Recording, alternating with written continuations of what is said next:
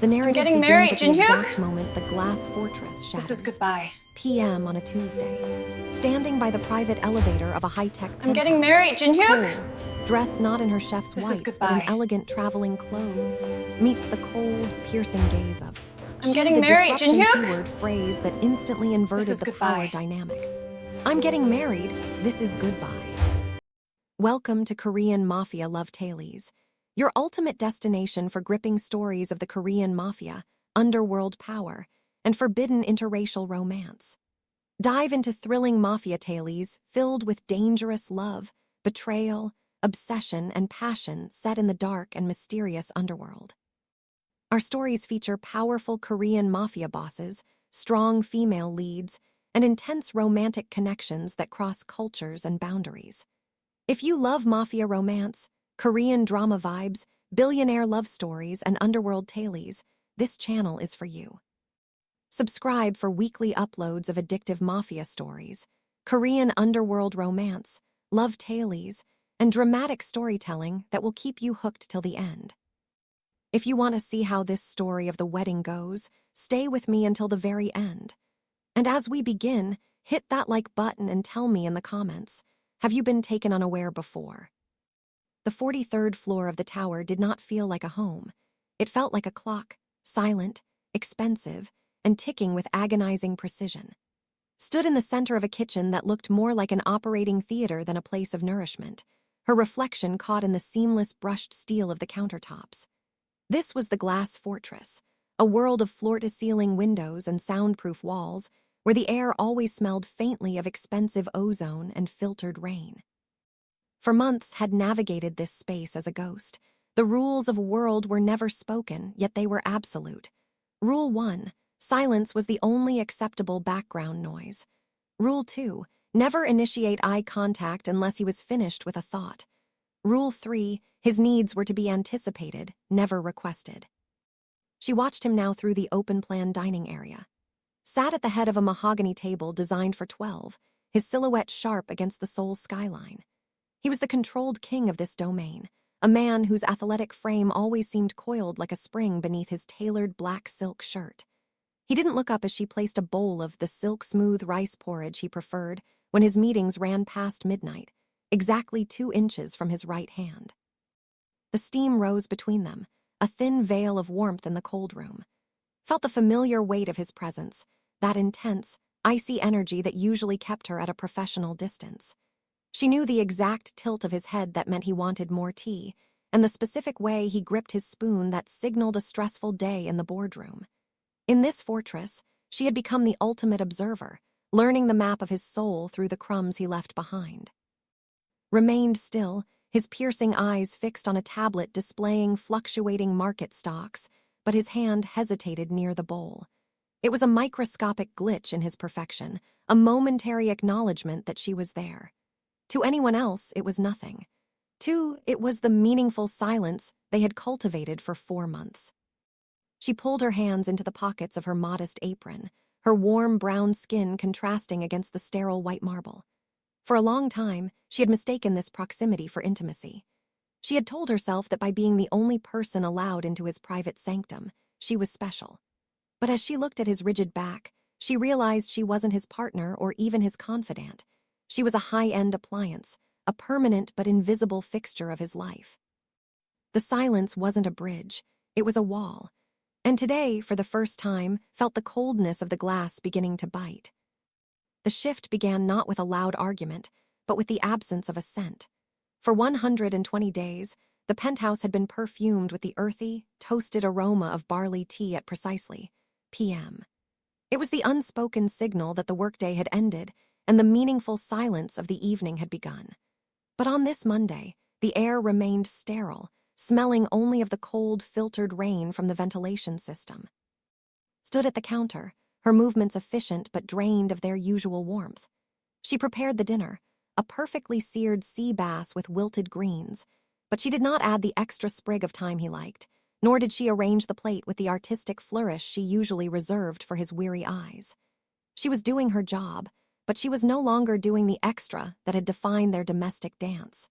She was withdrawing her soul from the service. When the elevator chimed, stepped out, his movements precise and powerful as always.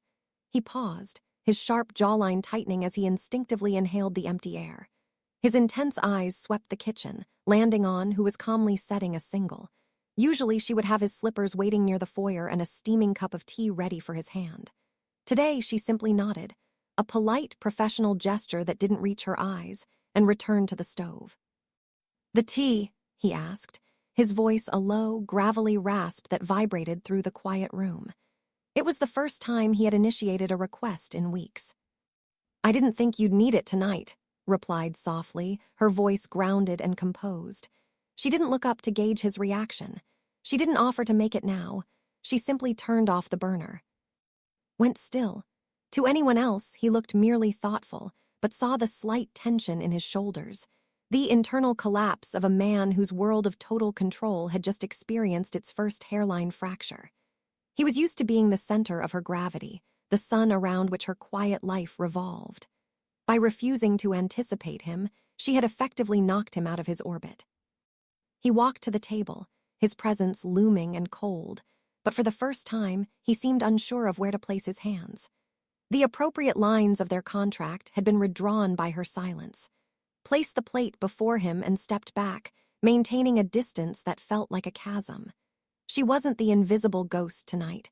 She was a woman who had decided her worth was no longer up for negotiation. As she walked toward her own quarters before he had even taken a bite, she felt the weight of his gaze following her, shocked, jealous, and for the first time, truly seeing her. The quiet of the penthouse was shattered on Tuesday afternoon, not by a command, but by the melodic chime of the security intercom. Was standing on the mezzanine balcony, a glass of untouched sparkling water in his hand. Looking down at the kitchen where Amara moved with a newfound, rhythmic independence. He was watching her, trying to decipher the emotional detachment that had turned his perfectly ordered home into a place of cold, unfamiliar angles. The screen near the elevator flickered to life, displaying a man standing in the lobby. He wasn't one of the usual couriers in a dull uniform.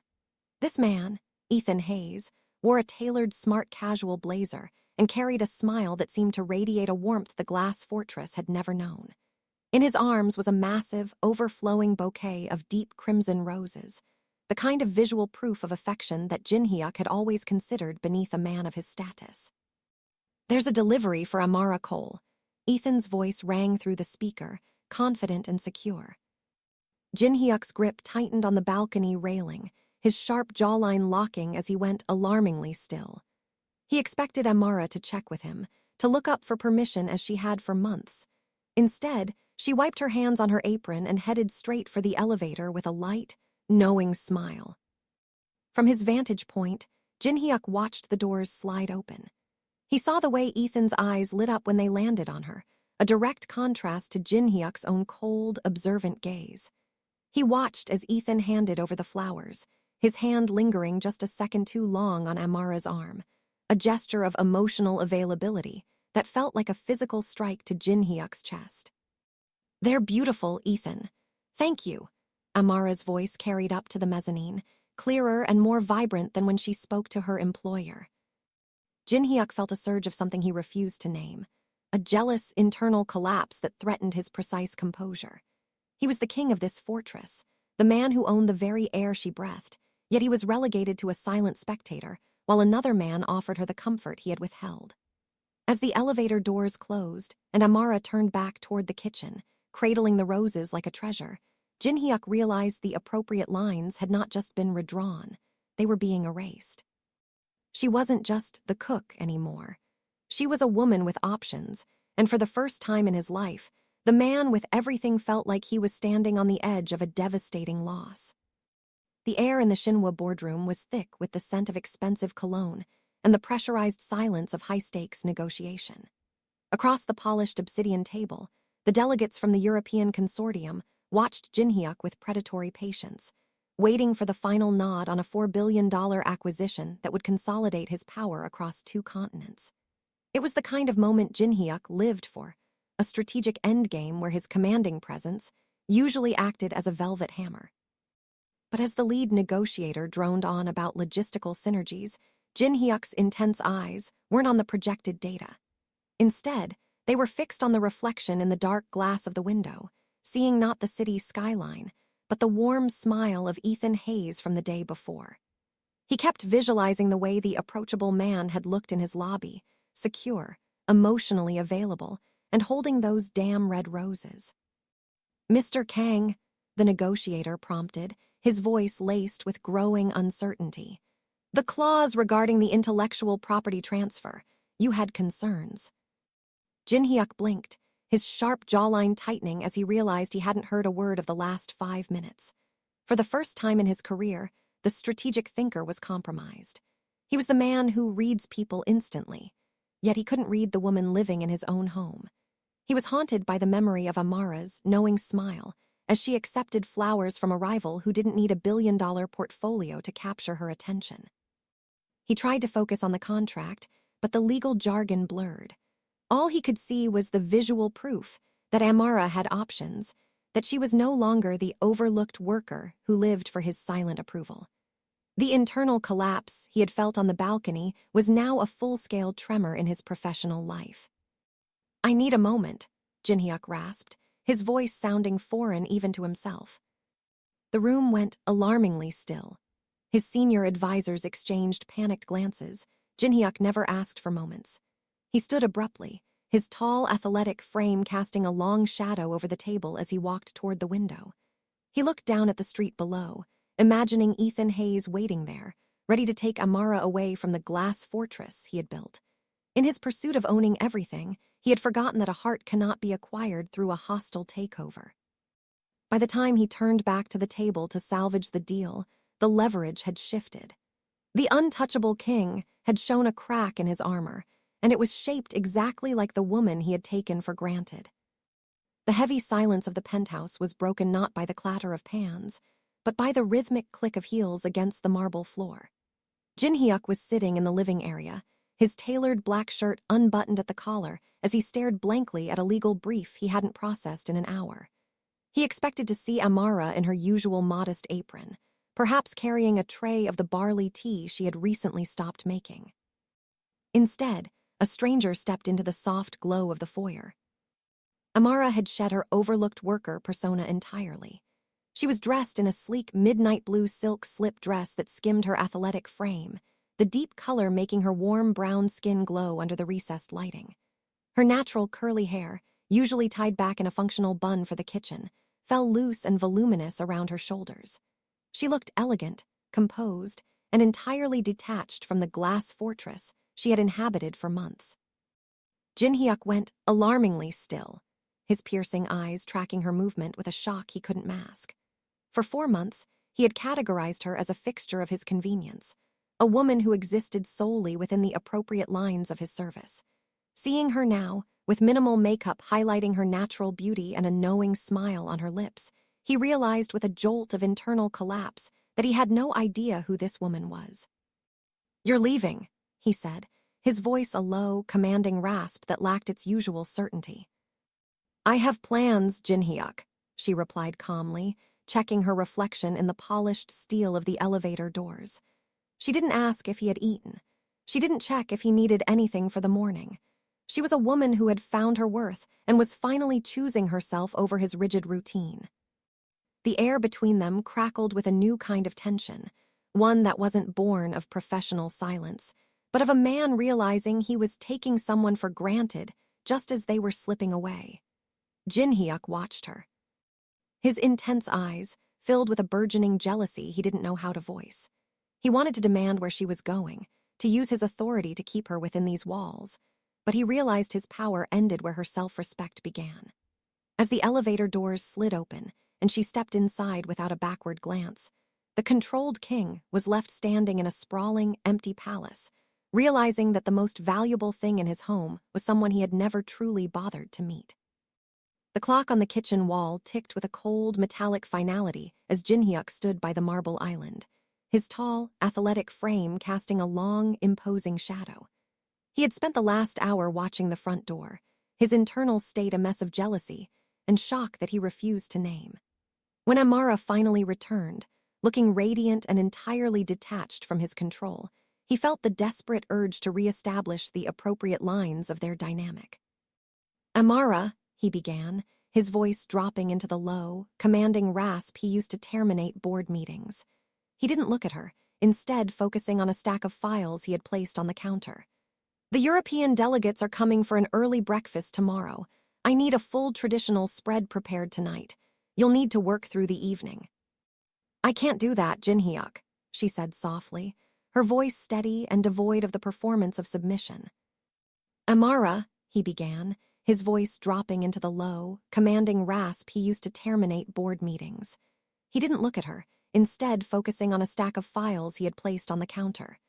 "The European delegates are coming for an early breakfast tomorrow. I need a full traditional spread prepared tonight. You'll need to work through the evening." "I can't do that, Jinhyuk," she said softly, her voice steady and devoid of the performance of submission. Jinhyuk went alarmingly still, his piercing eyes locked onto hers, a cold pressure radiating from him that usually made entire boardrooms buckle. "It wasn't a request, your contract." "My contract covers my professional duties, not my personal life," she interrupted, her self-respect acting as a shield against his intimidation. She checked her watch, a small, knowing smile touching her lips, a visual proof that she was no longer his invisible fixture. "Ethan is waiting downstairs. We have plans, and I won't be canceling them." The name hit Jinhyuk like a physical strike, a visual proof that another man was ready to offer the emotional availability he had treated as a weakness. He watched her turn toward the elevator, his internal collapse deepening as he realized his commands were falling on ears that no longer sought his approval. For the first time, the untouchable king was faced with a reality he couldn't manipulate. He was losing control of the one person who changed everything, and his power was useless against a woman who had finally decided to choose herself. The confrontation happened in the foyer, the air thick with the internal collapse of a man who had finally reached his limit. As Amara reached for the elevator button, Jinhyuk's hand shot out, slamming against the brushed steel doors to block her path. He was so close she could feel the cold, pressurized heat radiating from his athletic frame. His piercing, intense eyes, searching hers with a desperation he had spent a lifetime hiding. "What does he want with you?" Jinhyuk demanded, his voice a low, dangerous rasp that shook with jealousy. "A man like that, approachable, smiling, he doesn't understand the world you live in. He doesn't know what it takes to protect someone like you." Amara didn't flinch. She stood her ground with calm confidence, her warm brown skin glowing against the dark luxury of the penthouse. She looked at his hand on the door, the hand of a controlled king who thought dominance was the only language of love. "Ethan wants to know how my day was, Jinhyuk," she said softly, the simplicity of the statement cutting through his strategic thinking like a blade. "He wants to know what I'm thinking, not just what I'm cooking. He offers the emotional availability you've spent 4 months treating as a weakness." Jinhyuk's jaw tightened, his sharp jawline locking in a mask of rigid authority. "Emotional availability is a fantasy for people who don't have empires to run. I gave you safety. I gave you this fortress." "You gave me a cage," Amara countered, her voice grounded and emotionally intelligent. "You thought if you owned everything around me, you owned the heart inside me. But Ethan doesn't need a contract or a fortress to show he cares. He just shows up. He listens. He sees me while you've spent months looking right through me." The silence that followed was no longer meaningful. It was deafening. Jinhyuk went alarmingly still, his intense eyes filling with the realization that his strategic wall was exactly what had driven her away. He had taken her for granted, assuming she would always be the invisible fixture of his life, while another man had been building a bridge to her heart. "He's a threat to you because he's secure enough to be kind," Amara added, her knowing smile fatting into something more detached. "And you're so afraid of losing control that you've already lost the only thing that mattered." She reached out and gently pushed his hand away from the door. For the first time, the untouchable king didn't resist. He stood paralyzed as the elevator chimed, the visual proof of his failure echoing in the empty, cold luxury of the hall. As the doors closed, he was left alone with his empire, realizing that a man who owns everything but has no one to share a meaningful silence with is the poorest man in the city. The heavy atmosphere of the penthouse had reached its breaking point by 7:02 p.m. on Tuesday. The glass fortress felt more like a tomb than a sanctuary as Amara stood by the private elevator, her athletic frame framed by the cold, metallic gleam of the doors. Beside her sat a single, modest suitcase, the visual proof that her life in this high-tech cage had been packed away into a few cubic feet of leather. Jinhyuk stood 2 feet away, his tall, athletic silhouette rigid, his hands clenched at his sides in a desperate attempt to maintain the controlled king persona that was rapidly failing him. His piercing, intense eyes were bloodshot, tracking every small movement Amara made as she adjusted the strap of her bag. The meaningful silence that had once been their unspoken language was now a suffocating weight. "You can't just walk out," Jinhyuk rasped, his voice a low, gravelly vibration that betrayed his internal collapse. "The contract, there are still months left. I can double your salary. I can give you anything you want." Amara turned to face him, her warm brown skin glowing under the foyer lights. Her expression one of calm confidence and profound detachment. She didn't look at him with the overlooked worker's longing she once felt. She looked at him with the clarity of a woman who had finally found her worth. "It's not about the contract anymore, Jinhyuk," she said, her voice grounded and emotionally intelligent. "And it's not about the money. I'm getting married.